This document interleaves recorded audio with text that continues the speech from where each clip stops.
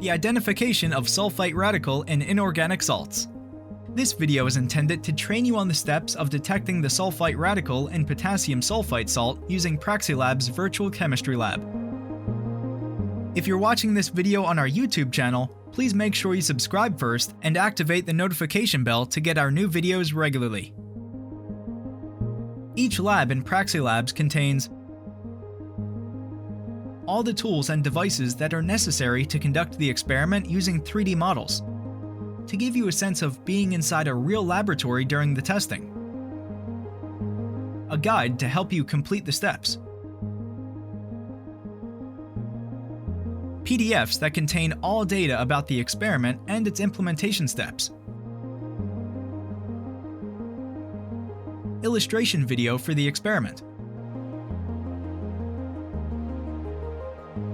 Questions and exercises that measure the student's understanding of the experiment. Enriching information to provide the student with additional experience about the subject of the experiment. First, let's start conducting part of the experiment using the chemistry lab in Praxilabs. 1. Take a small amount of salt by the spatula.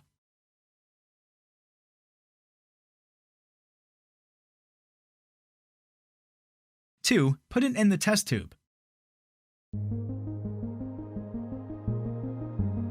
3. Add 1 to 2 milliliters of distilled water.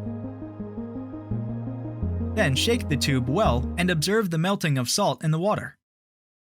4. Observe the salt color and answer the questions.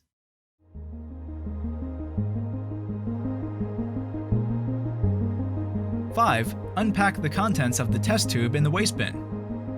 2nd, dilute HCl test. 1. Put a small amount of salt in a test tube. 2. Open a bottle of hydrochloric acid. 3. Using the dropper, take an appropriate amount of HCl. 4. Add the acid to the salt. Close the bottle of hydrochloric acid. Place the dropper in the waste bin. 7. Open the potassium dichromate bottle and moisten the filter paper with potassium dichromate. 8. Pass the filter paper at the test tube nozzle and observe what will happen.